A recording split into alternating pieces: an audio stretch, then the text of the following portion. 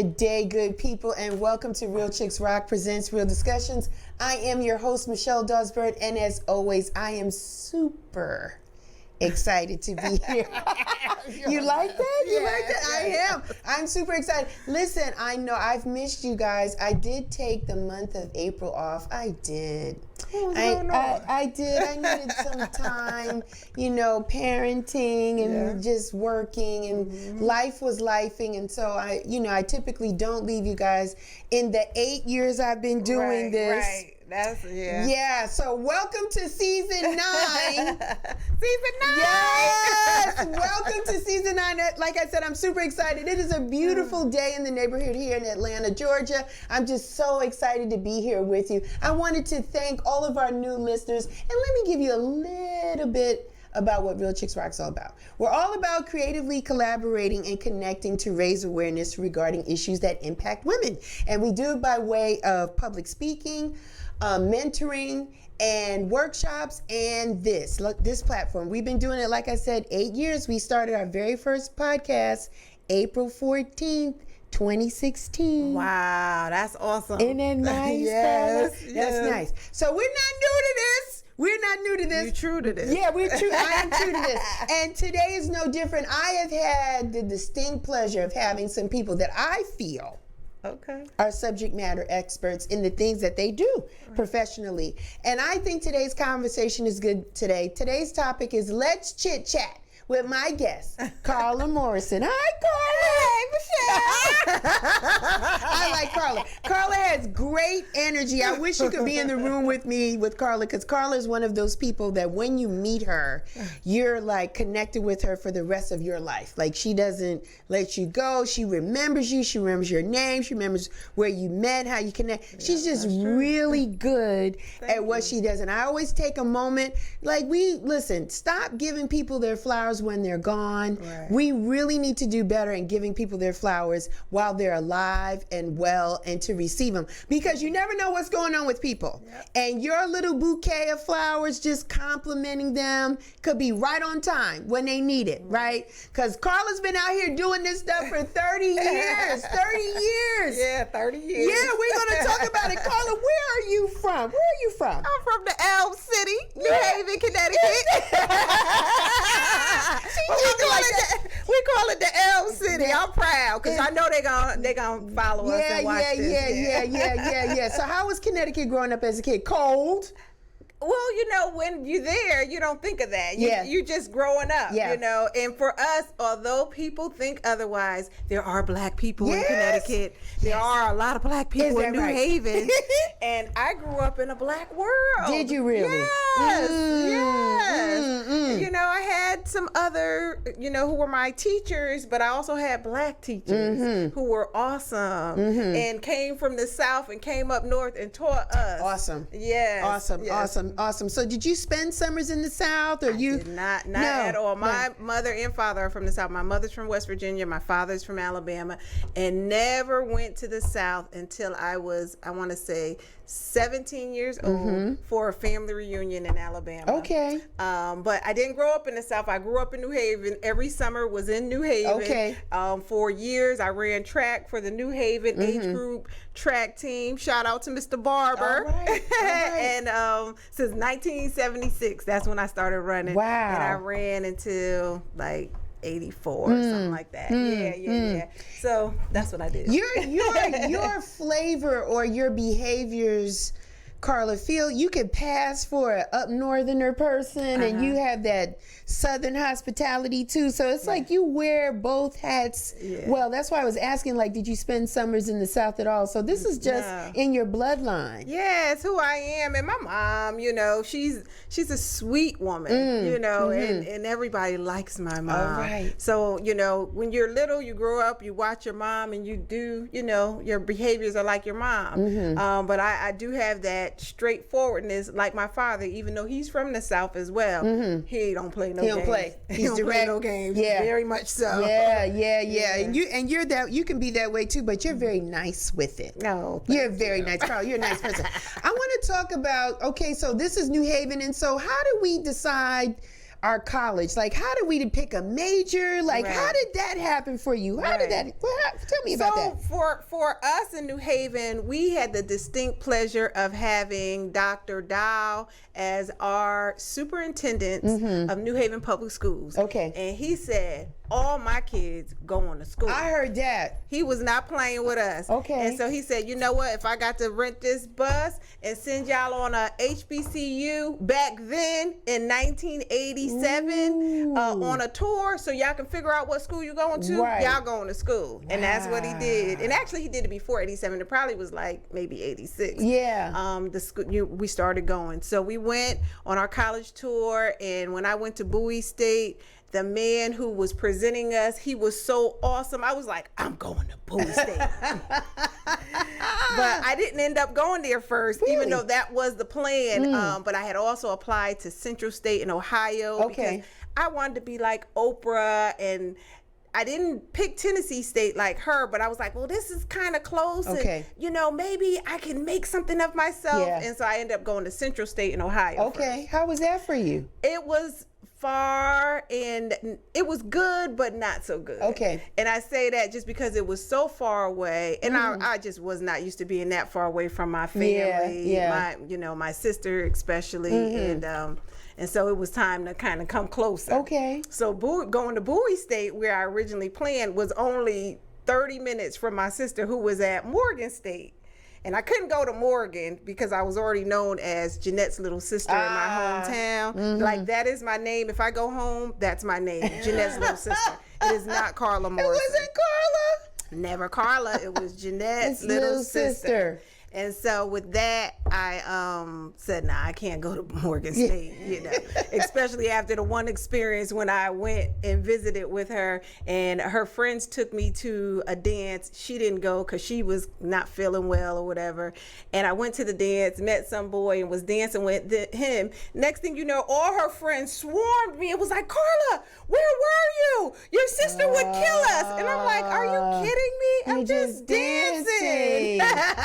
And after that, I was like, I definitely ain't going to Morgan. Yeah, because they would be checking you and monitoring your every move. Yeah, I got you. And I was a good girl, but it's just like, I don't need that. Like, I'm going to be my own person one day. Yeah, you know? yeah. I got you. So Bowie State. So did you go sophomore year or junior? Sophomore year. Okay. I transferred to Bowie after my freshman year at Central State, and hopped into my major. I was already planning to be communications, but going into my second year, I was able to actually take the classes. Okay. Because like I said, I wanted to be like Oprah Winfrey, but I also wanted to be a businesswoman because I took business classes in high school. I was the president of Future Business Leaders of America. And so I was just like, this is what I want to do. And then I had met my cousin. We have a really huge family from my father's side in Alabama. And so he has all these cousins, and all his cousins have kids. And we have these big family reunions every year in August. And so one of my cousins, who I didn't know well, but I would recognize her because she was the only cousin who had hair down to her behind. Wow. Her name was Stacy Murray. And once I got to talk to her and meet her, and she ended up going to school with my sister, I was like, what do you do? Because she would always be with celebrities and stuff. And she was like, I do public relations. I'm a publicist. I'm like, a publicist? What is that? You know? And then when she started explaining, I was like, it sounds like you babysitting up. And she said, pretty much. But it was more to it than that. But it sounded like that initially. And I was like, well, I love the stars and I love New Edition. And I wanted to figure out how I can connect with New Edition. And so with that, I was like, you know what? It's a whole story, girl. But I gotta get something. She said it's a whole story. You wanted to connect with New Edition. I wanted to ask you. Go ahead. I wanted to ask you what is your definition of what public relations is and a publicist? I mean, we got it from your cousin with the hair, but what is your definition of that? So public relations is so many things, but to break it down for like just anybody to understand, we connect you with your public. Okay. Okay. And we do it, of course, our tools that we use are media and social media. Mm-hmm. And I say media, I'm talking TV, radio, and print. Okay. And so that's just the layman's way of breaking it down, because when I talk to people, and I have a lot of friends who are outside of communications, and they're like, so what do you do? And I'm like, I set people up with interviews. Okay. Just to make it simple, because to try, it's so much that we do. Yeah.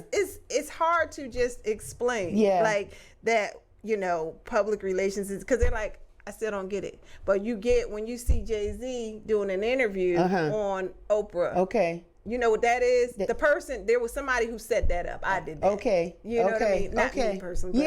But the role of that person. Yes. Okay, so you're key, because you're the person that helps get people out in front of, exposure, and out in front of other people to get them more exposure. Right. We amplify your message, whatever your message is. If you have a message, and if you don't have one, we create your message. Yeah. And we then amplify it. So we can play dual roles here. It's not just one thing. We can create a whole campaign that, some of the artists that you see, they are not who you see, but there was somebody who created this image and then shared it with the world. And they just kind of play that role. And then, when you meet them, you're like, you're not like I thought you were. Yeah, because I got a PR person, a damn good one, who created this. And that's just in music, but there's also, I'm sorry. It's okay. It's okay. I got you. I am of that season. For real. It's all right. Do you find, Carla, that most of your people, you have to do a lot of PR work to get them where they need to be?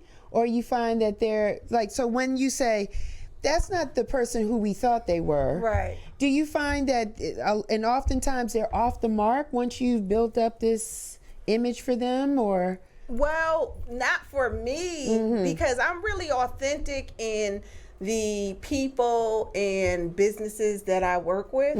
But that can be the case for, like some of my colleagues, we talk, we share, and that is the case. And it's just like trying to keep them on track. At this point in my career and in my life personally, I just can't deal with that. So you got to be authentic. And whoever you are, I can create the PR around that. I don't care who you are or what you've done. I can create a story around you that is true to who you are. And we'll find your audience. Have you always been this confident, Carla, in helping people find their voice, or helping them be, exposing the people? Because that's I think that we got you some water. Thank you. It's I feel like for you to be a PR person, you got to be solid in who you are. Maybe I'm wrong in understanding that. And then you're very comfortable in helping other people identify who they are, and sharing that with the world. So did you find that to be difficult to do, and how did you stumble on that talent for yourself? Well, so some of that is just inner self, and like my mom always said, Miss Carla. She calls me Miss Carla. Okay, Mama calls you Miss Carla. Yeah, Miss Carla. Miss Carla, because she said Carla came out the chute thinking she was important. So a lot of who you see is, I just came out that way. I don't mean to make you feel any kind of way or anything. That's just, I came out that way, and I'm a caring person. Yeah, you are. And as a little girl, my mother used to model, and she'd be putting on her makeup. I was the one who was her helper, and I've always been everybody's helper. My sister ran for the queen of our high school.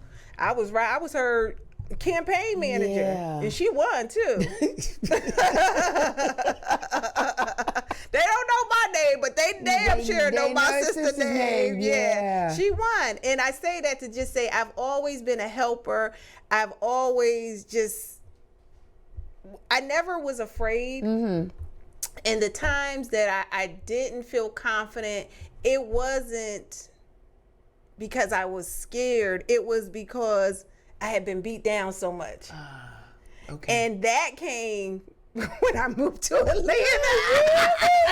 Talk to us about that, Carla. What happened? What had happened, Carla? We got this for you. Go on. You got both of them. Yeah. Okay. You good. What had happened? No. I mean, it's so many things, just experience. You know, life experiences. So I became a woman when I came to Atlanta. Right now.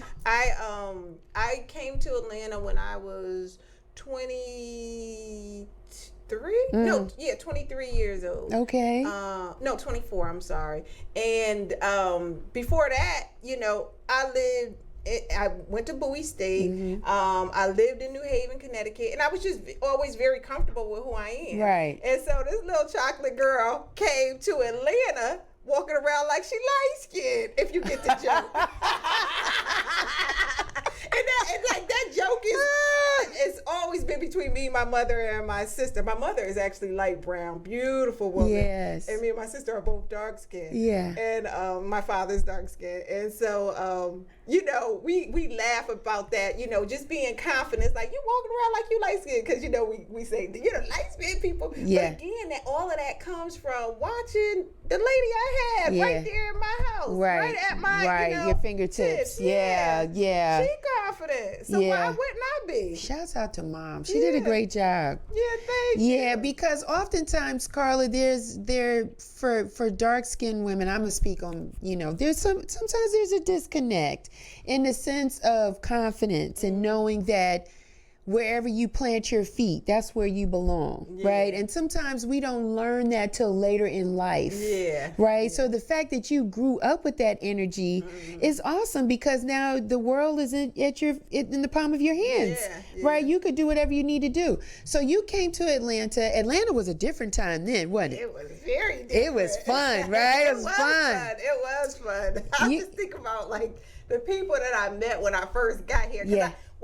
I did have a fear before I moved. I will never forget, I said this to one of my friends. I was like, what if I don't make any friends? That was my fear, like not making friends to be comfortable enough with, to share with, to hang out with, to like, you know, maybe even spend the holidays with if I wasn't able to make it home. And my friend said, who's the most honest, but she can be a hater too, but very honest. She said, Carla, you'll make friends. Yeah. And her saying that, I believed her, because she's very honest, but you know, she could be, you know, a hater. What my cousin called it is a frenemy. A frenemy. She's a frenemy. And she said, Carla, you'll make friends. And I was like, you think? She was like, of course. And I was like, oh, I hope so. Because I don't want to be there. I was going to be there myself, you know. And, you know, I don't know if I made a lot of friends, but a lot of people know me. And in certain areas, when I'm in certain places, I feel like, ain't nothing gonna happen to me. I'm good. Like, I know if something happened, this person got my back. You know a lot of people, a lot of people know you. You walk in the room and it's like family reunion. They love you. I want to ask you, Carla, do you remember your first client in Atlanta when you got here? Yeah, I will never forget. I love this man. I love this man. And I tell him that every so often. I'll be like, you know, you're a part of my history. Like, you're going to be in my obituary. There you go. Okay. Cornelius Bennett, he was an NFL player. And he had played for the Buffalo Bills and was a really good linebacker. I mean, very good. He should be in the Hall of Fame, honestly. Right. And he had moved to Atlanta a year after I did, actually. Okay. And I met him at Keith Sweat's Club. You remember Keith Sweat's Club off of Cheshire Bridge? Yeah. And I was there. Then we all went there. Me too. Yeah, and it had a pretty long run too. It did last for a long time. Yeah. It did. So y'all met there. Yeah, they had acknowledged him, and I was like, and I didn't really know sports. I had still been trying to learn sports. I had learned a little bit more about basketball, because my thing was always the music industry. Yes. I had learned a little bit about basketball and football. I didn't know that much about, but they acknowledged him, and so I went right over to him. I'm like, hi, I'm Carla Morrison. I'm with Chit Chat Communications. I do public relations. He was like, that's just what I need. And that was the first time out of the whole year that I had been in Atlanta that somebody responded that way. That's what I need. And I was like, well, bam. I was like, here's my card. Wow. Let's talk. Wow. And he was like, all right, you know. And so after that, I didn't hear from him. And I'm like, well, I know where he works. Let me call there. And the thing that was so amazing and great, it was great. He's a football player. The NFL is a business. Yes. And you call the business to get in touch with them, you know, and they receive their messages, you know. And he did. Because I kept calling. Yes. Like, it's not... Like, they're real business. And so I was like, this is cool. Because I was like, I know where he work at. Let me call this man. Because he, you know, he said he needed me. And that was my first time ever getting that. So there's something here, you know. And I called.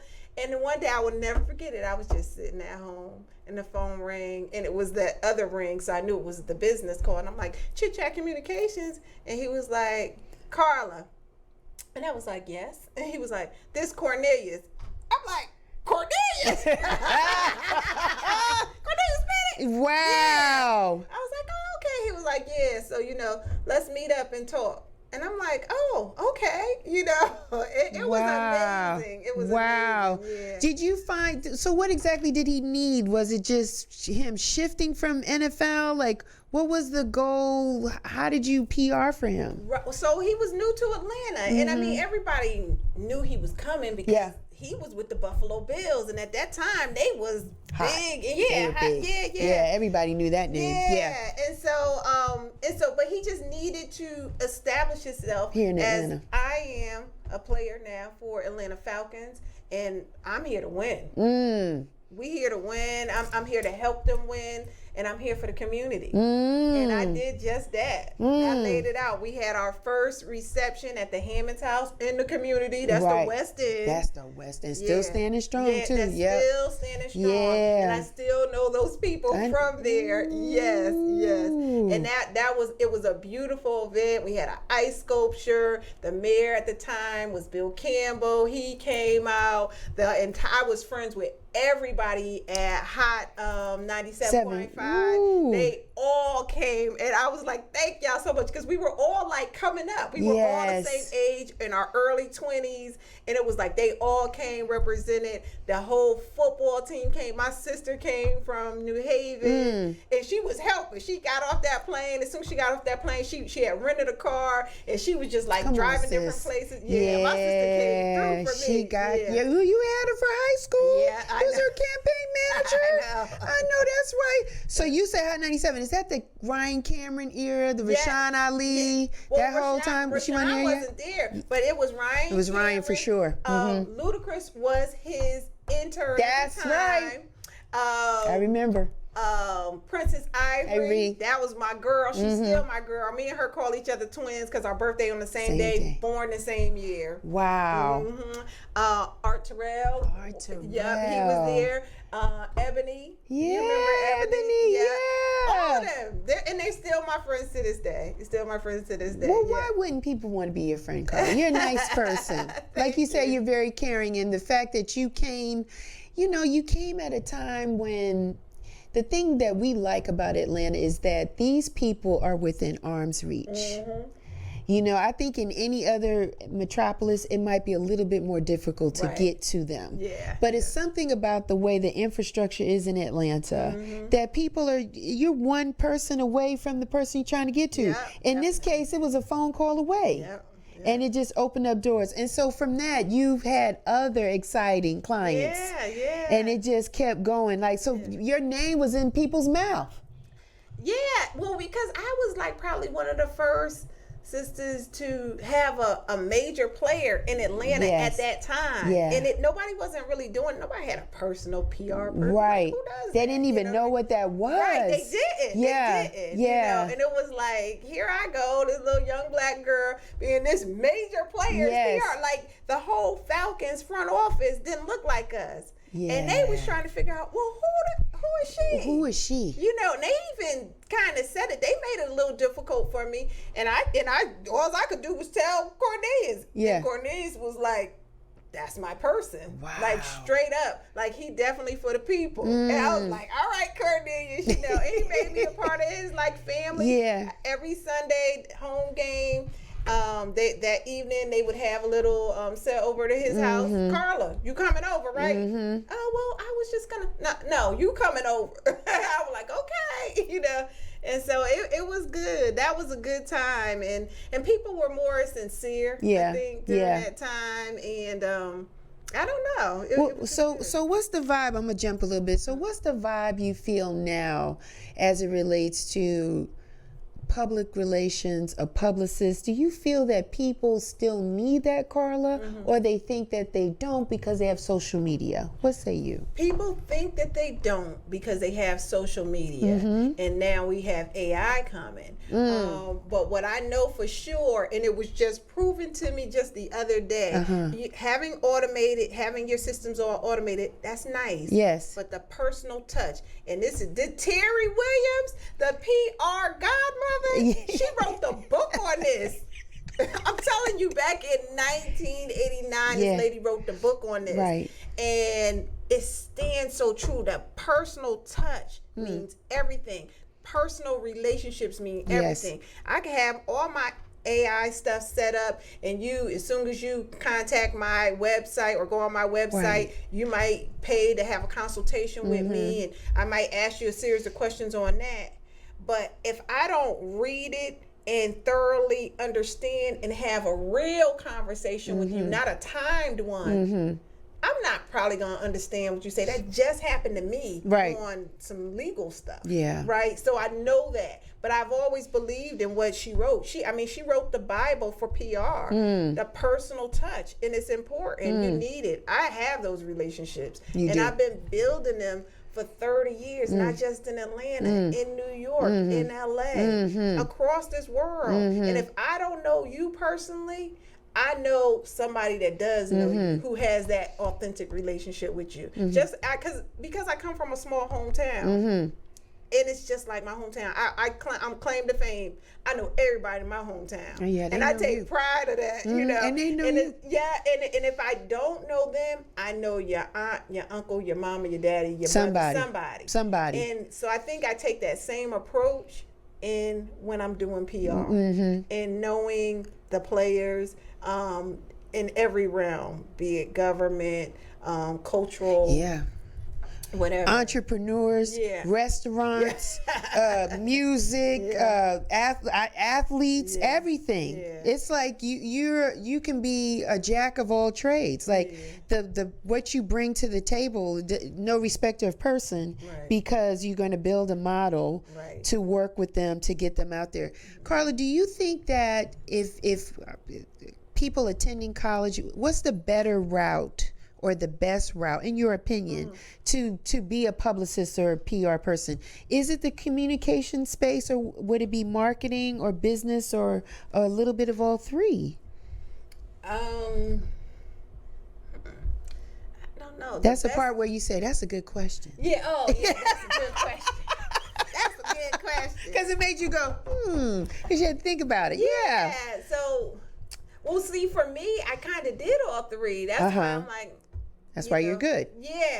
Like I majored in media management. So I took communications courses and business courses. I always wanted to be a businesswoman. Because my mother had a bunch of Essence magazines at home that I would look at and see all these powerful looking black women. I would go to my high school. My teacher, Miss Moore, would have these same magazines or different ones with powerful women on it. And she was in charge of FBLA, which is Future Business Leaders of America. And I'm like, I got to join that because I want to be one of those women. I didn't know what business was, but I knew I wanted to be powerful with a suit on and do something. You know, like that's, you know, when you were in high school, you don't know. But, you don't know. You know, but and so I think majoring in, you know, business and journalism, it was a mix. It was still media. It was communications. Majoring in that, and then interning. I interned all over the place. All of those things can help you to become a master. And then I think just kind of getting out there and learning your voice, understanding your voice. That part, you know? Carla. that part. Because I think in this day and age, it's emoji driven, it's texting, it's very short conversations, 160 words in certain spaces. And I think we're losing the skill or the art of communication. And just, and to your point, having a voice. So what is it that you want of me? How can I help? How do we connect? It seems to be a little blurred for me.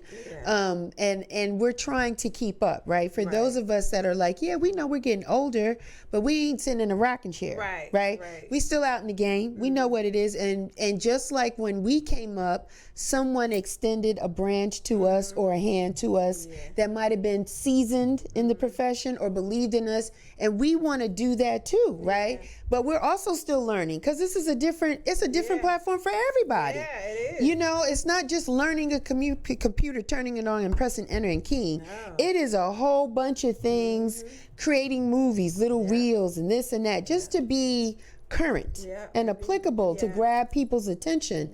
And so it's a matter of how do we bridge that gap? Because again, people think I'm an influencer. I don't need a PR person, right? Because if I tell people to go and do this, they go ahead and do it. It's 100. I get all these likes and, you know, and then now here comes the sponsors and, you know, so I got a brand. So it's difficult, but then there's still people that don't know how to get that audience. And so I would ask you, Carla, when someone comes into your space wanting your services, what are some of the things that you do initially? Is it the consultation, getting to know them? And what kind of information should they be prepared to share or bring with you in order to make this marriage work? Well, a part of it is understanding what their goals are. And so, you know, what is your goal? Just like straight up asking them, what's your goal? You know, understanding that it's so funny. Some of my clients have been people who have been good friends for a long time. So over the years, and I'll never forget one of my clients who's a barber, he needed a bio written. And I was like, oh, okay. You know, he told me he needed it written. Never gave me no information. And I came back to him like 2 weeks later when he needed it. And I was like, oh, I got your bio for you. And he was like, how you got my bio? I ain't give you no information. I was like, I know who you are. I've been with you since Cornelius Bennett.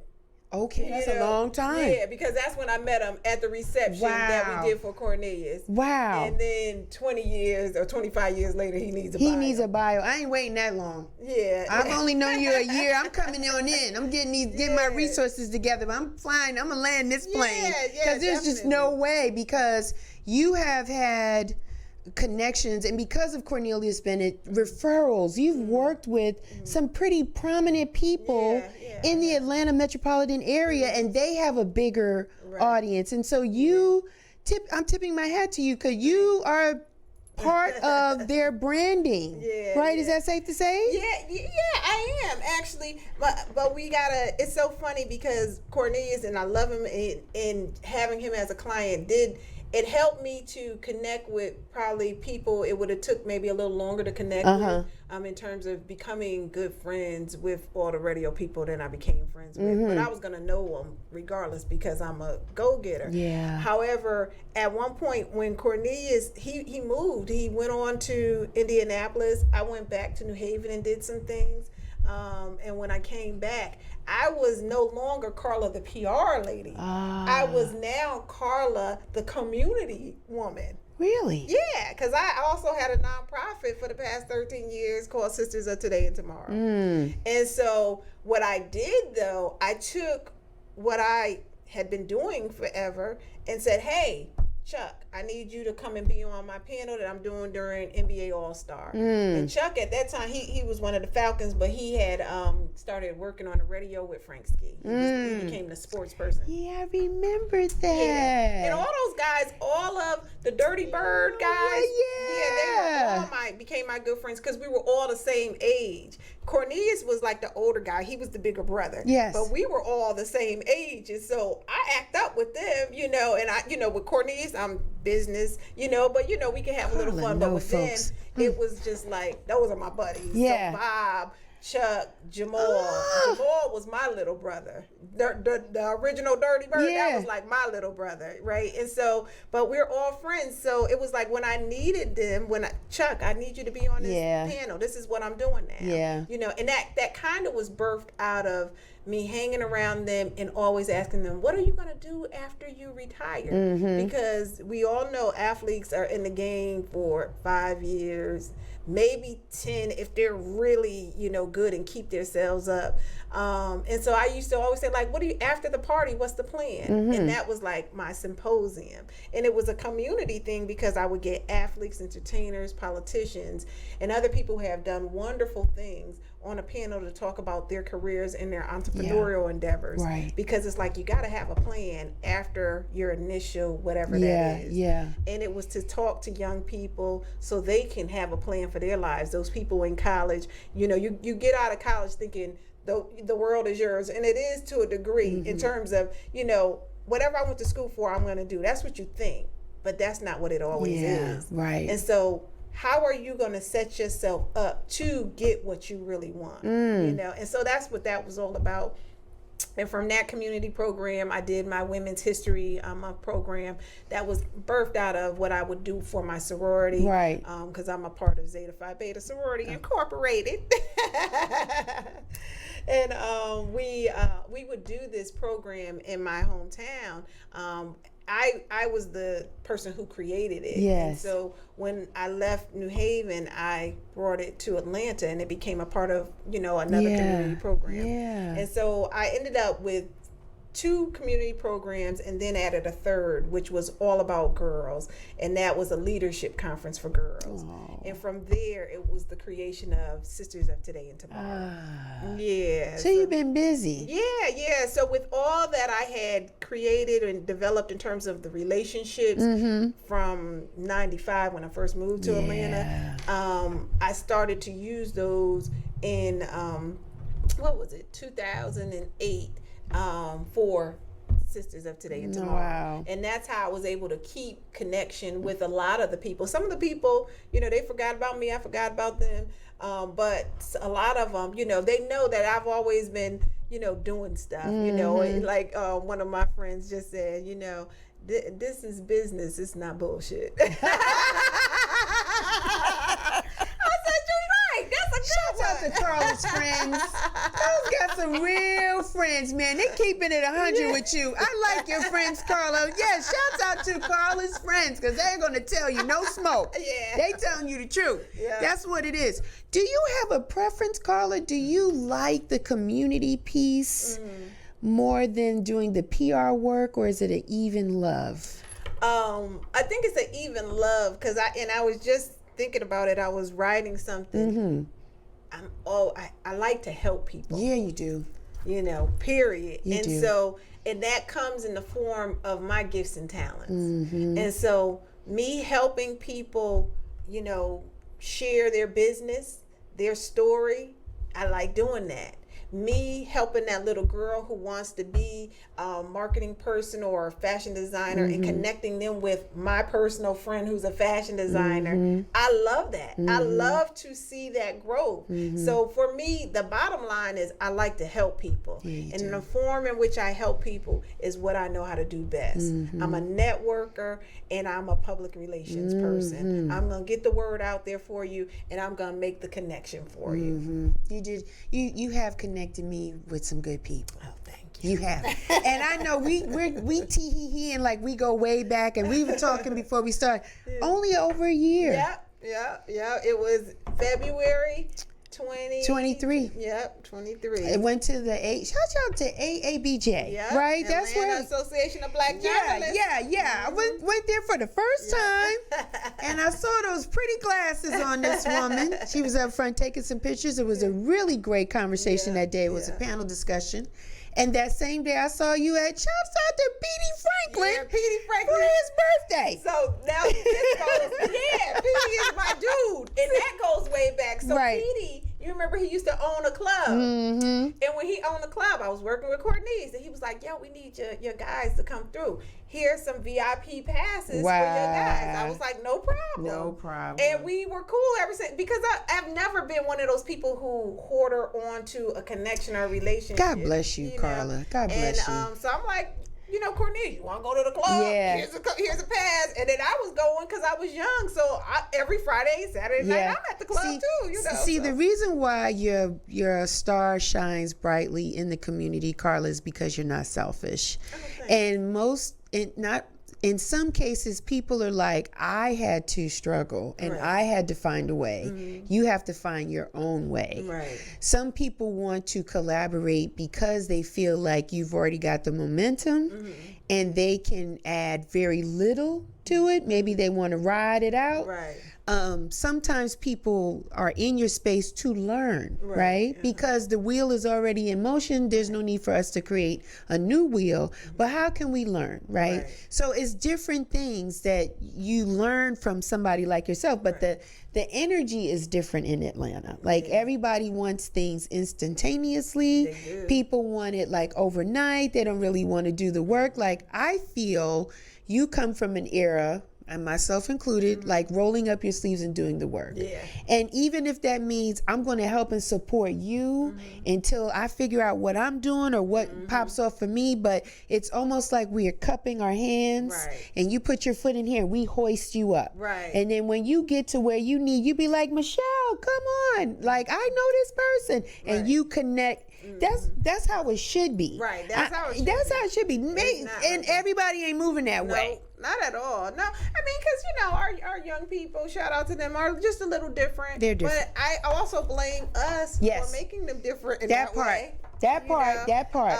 So the thing is that, like, that's just who I am. That's my father. He like that. My father is a connector, like nobody business. He gonna go wherever. He's been taking pictures before I was born. Wow. And so he gonna be wherever, and he gonna meet whoever. And especially if it's a family member who want to be connected to somebody, he's gonna be like, oh, I know such and such. You call my daughter or call this person. Thanks, Dad. My father went over to Yale. We have the African American Cultural Center at Yale. Yes. He and I just happened to mention, there's a new sister, or he told me, because he's my info guy. He tells me what's going on in my hometown. Dad. That's what's up, Dad. And I think he said, it's a person over there. I said, I want to do something there, or whatever. My father went over there, met the lady. He was like, what's your information? My daughter gonna give you a call. Yeah. Was that not, girl, by the 2 or 4 months later, I was having a whole women's history program there. Beautiful.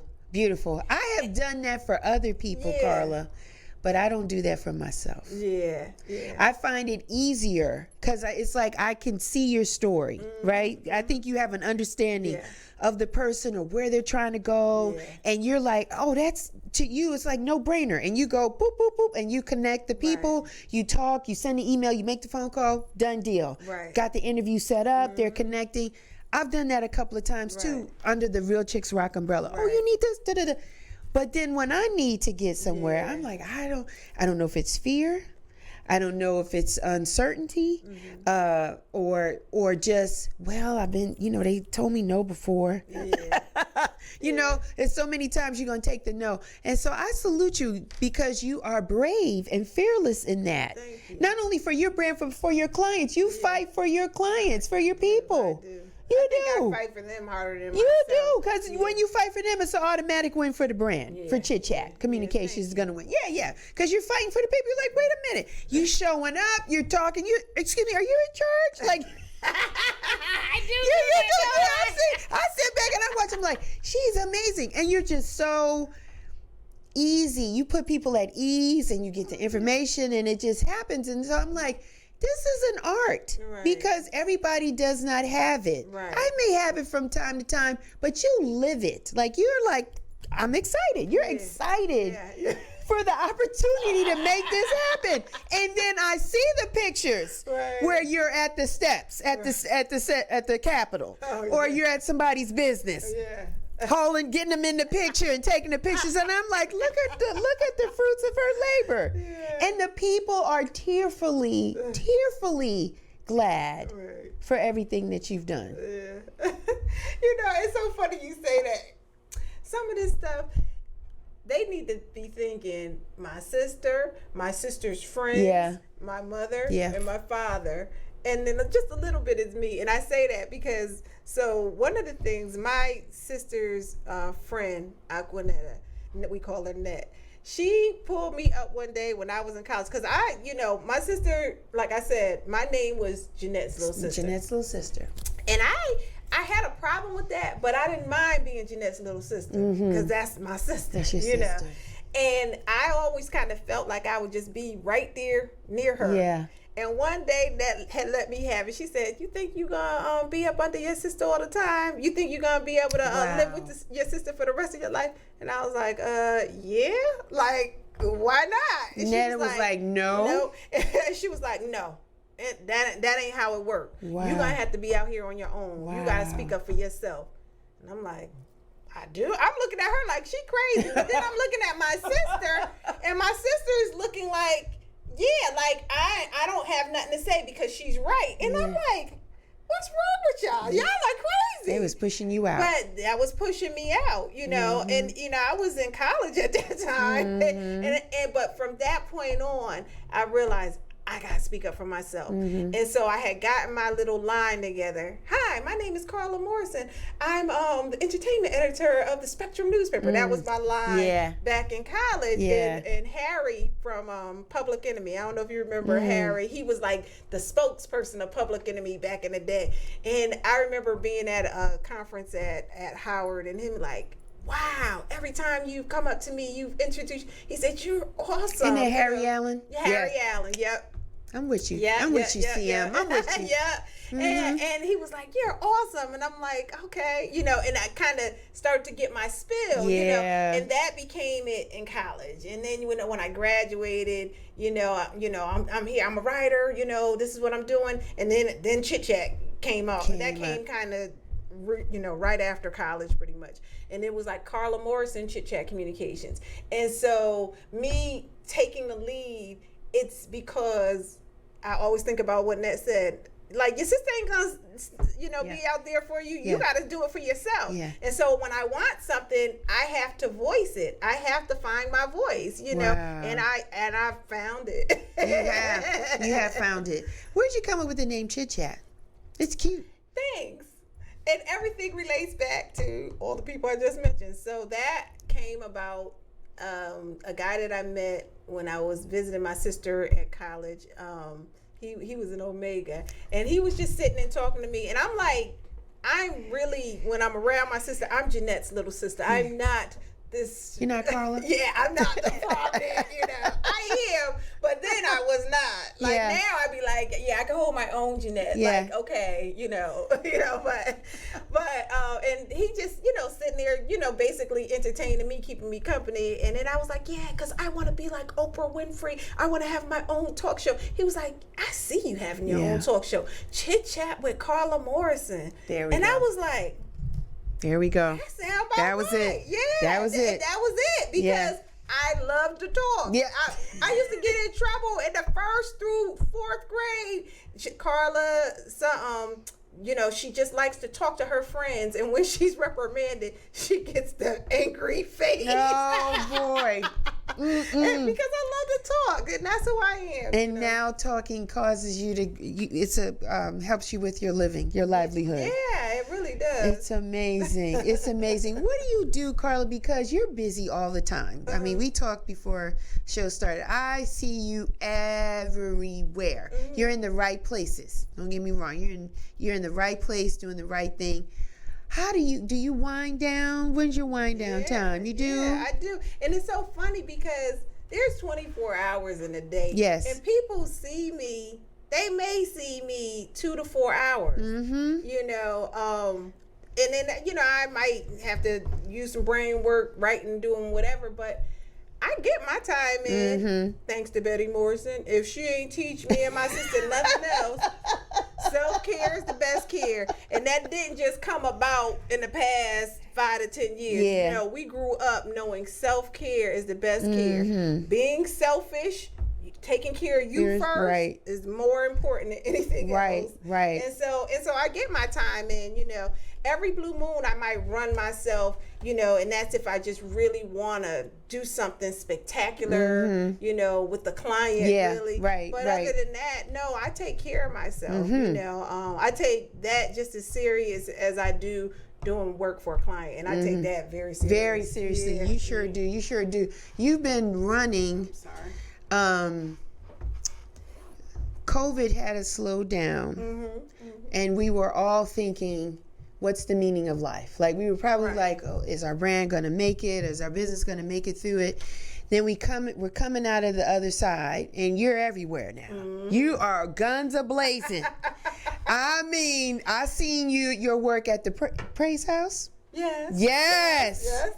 And that's Charmaine Minifield. Yes, Charmaine Minifield doing great work, because it's on the road. It's moved since Emory, and it's gone to different stuff.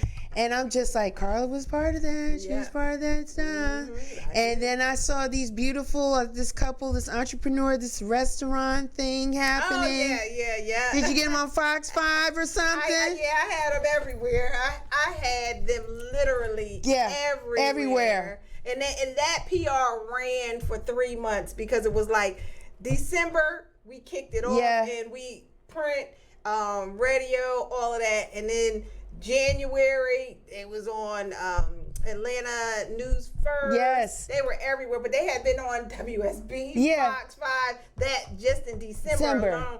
And then the next month in February, we did a whole business thing at their location with Derek Bowes and WAOK. So that PR been running. And plus, now their place stays full.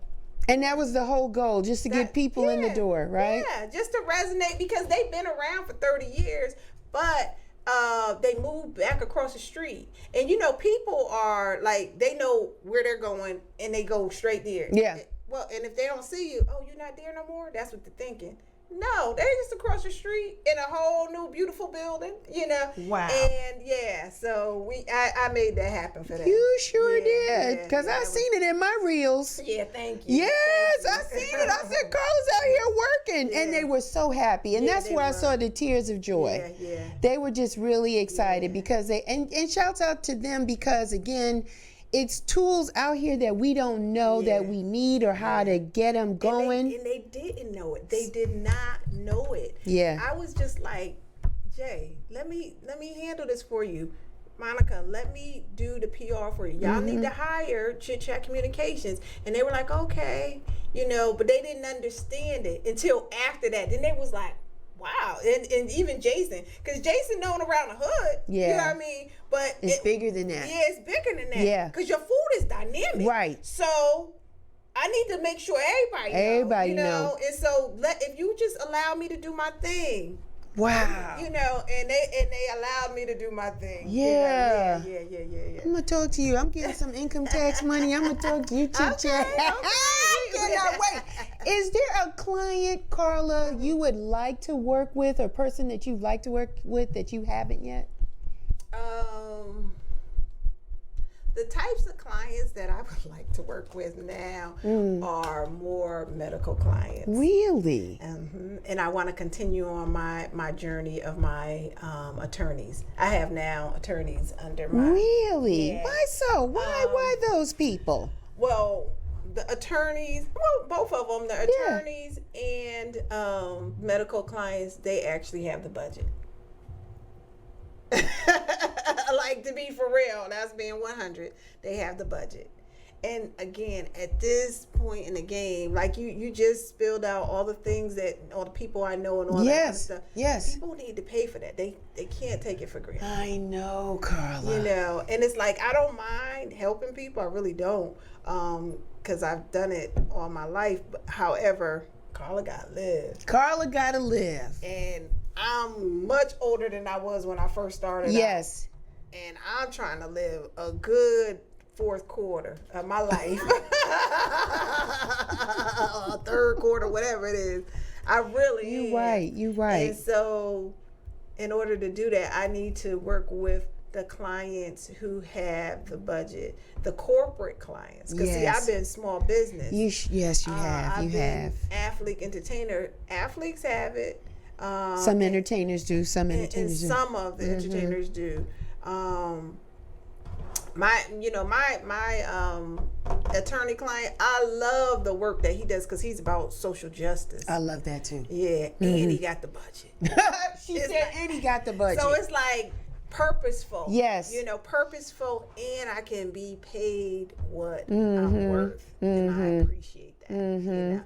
And I appreciate when people appreciate me, not only by telling me, but by paying you. Yeah. Yeah. That makes me feel really good. Yeah. It makes us all feel good that we could get paid what we're worth. But oftentimes in the Black and brown communities, we don't always have it. Yeah. And that's where the financial literacy has to come in. To help educate people that when you get the money, this is how you continue to grow the money so that you can put it in places to help your business keep going. So that's just an educational conversation that we just need to continue to have versus that when we get it, we blow it. On whatever that is. So if you want to keep the business going, you gotta, just like keeping the lights on at your house, you allocate or there's a certain amount for operating expenses. Yes, operating expenses. Your marketing expenses. Your marketing. Yeah. We don't think that way because we think that we could do it on our own. But and going back to my client with the restaurant, that's what they thought that. And he even said that. He was like, Carla, we thought we were doing something this whole time because there was the husband, wife team. The wife does social media all the time. He was like, we thought we was doing something. Yeah. He was like, you showed us something different. Yeah. Like they was in mainstream media behind, because I'm like, I know your story better than anybody. I'm a customer. Wow. I'm a customer. Yeah. I know your story better than anybody in terms of, where y'all came from, and the food is just so good. Yeah, and you like food. You're a foodie. You like good foodie. Oh my God. And then it was like I didn't just bring the media, I brought my political contacts. Wow. So it was like, wow, you got us proclamations. Yeah, sure I got did. you. Yeah, sure not did. just one, a couple. Yeah. I got you a couple. City, county. You can get the state too if we need to. And year 35, we'll do the state. Wow. Yeah. Wow. Yeah. You ain't nothing to play with, Carla. Thank you. You really, but you enjoy what you do. I do. I love making people happy. I love supporting people. That's just who I am as a person. Because as a little girl, like I told you, I'd be right there. My mother be acting up too, getting her makeup. Where's my liner? Where's this? And I'd be like, let me get it. And I'd get it for her because I want my mother to look good. She was, doing her modeling thing. So whatever you needed, I'm going to find it. Let me just find it, And that's just who I am. That probably comes from my grandmother, my mama, Vernell Graves, rest in peace. Yes.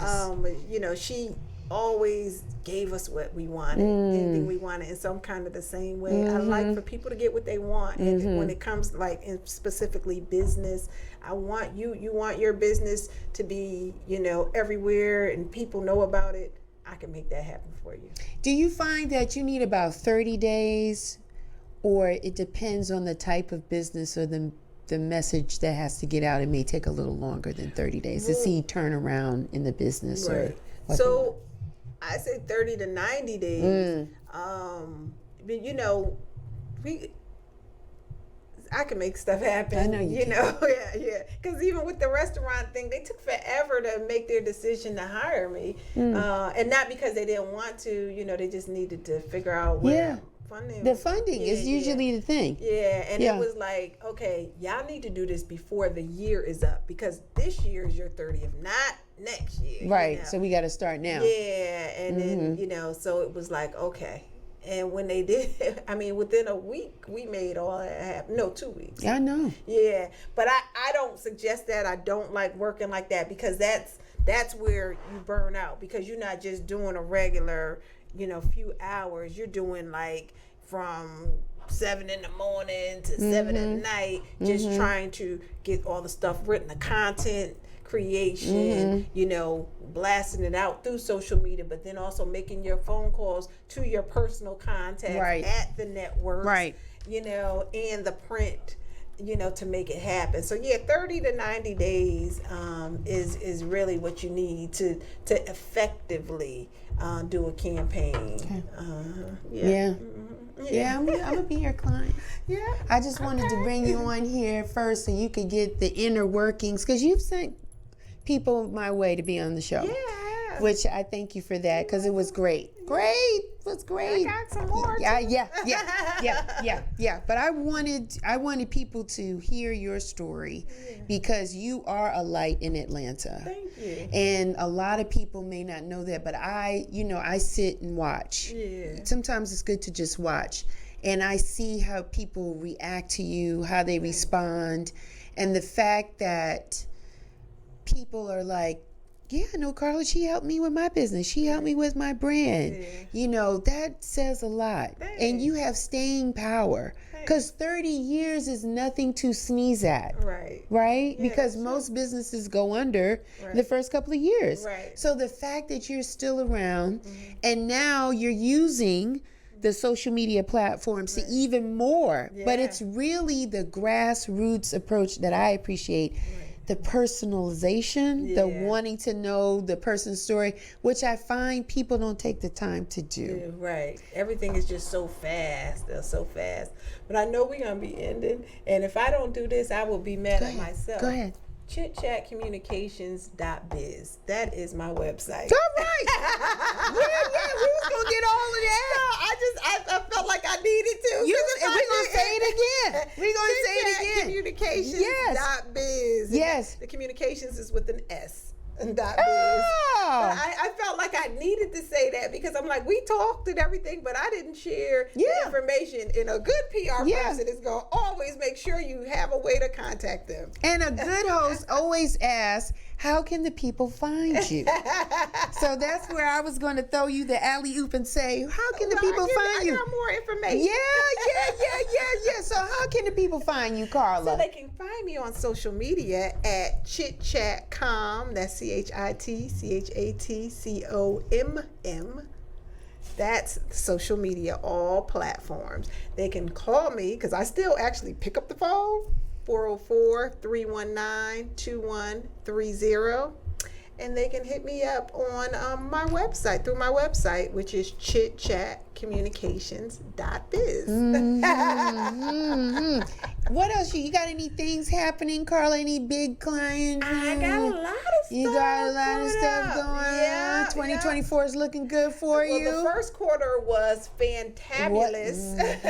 It was. You saw that stuff that was happening.